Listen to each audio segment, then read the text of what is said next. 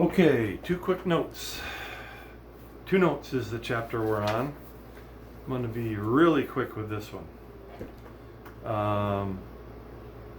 So let me just jump right to it.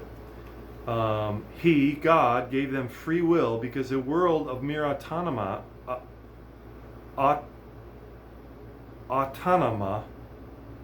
could never love, and therefore never know infinite happiness.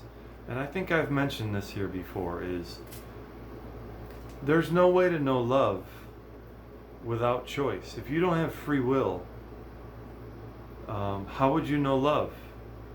Okay? Love is something that God had to create us free so that we would know love, so that we would know Him, but so that we would just know love in general. Okay? You can't know love without freedom, without free will. Okay? And I've mentioned that before. One other thing here. But when you are talking about God, i.e. about the rock bottom, irresistible fact on which all other facts depend, it is nonsensical to ask if it could be otherwise. It is what it is, and there is an end of the matter.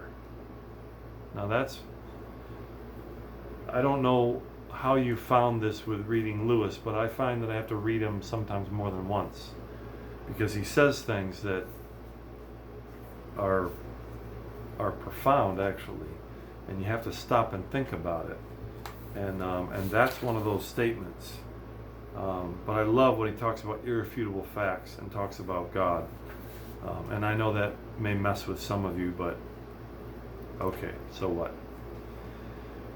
Okay, one last thing here, and this chapter will be done.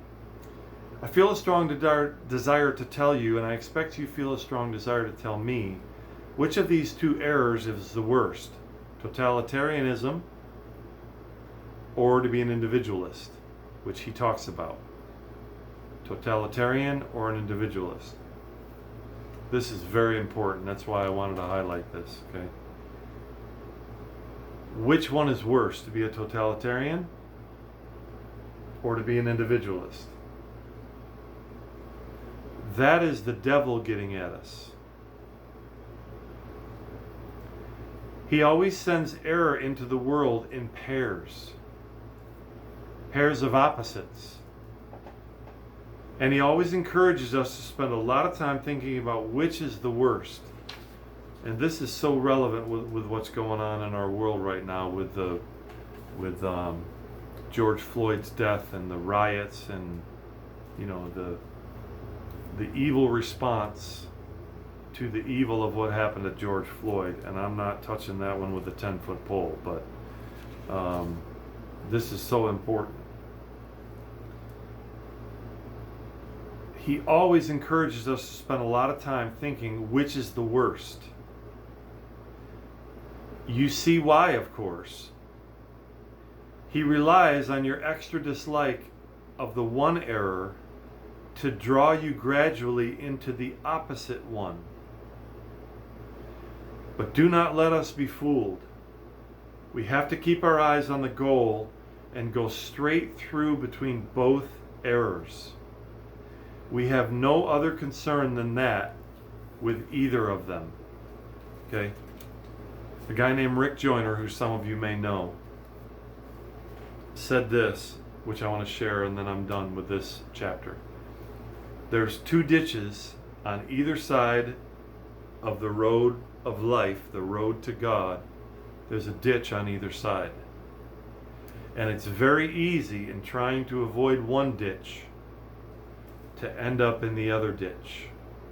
And this is a human thing, because humans are prone to reaction and overreaction. I've done it. I used to do it. I'm trying to learn and do better. But remember that. There's a ditch on either side.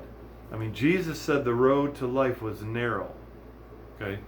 And it's not narrow because God doesn't want us to find it. Okay? But it is narrow.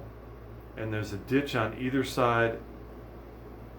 And if you try to avoid this ditch and you overreact, you end up in that ditch. And that's part of what Lewis points out in that short chapter. So, all right, there's chapter 6, on to chapter 7.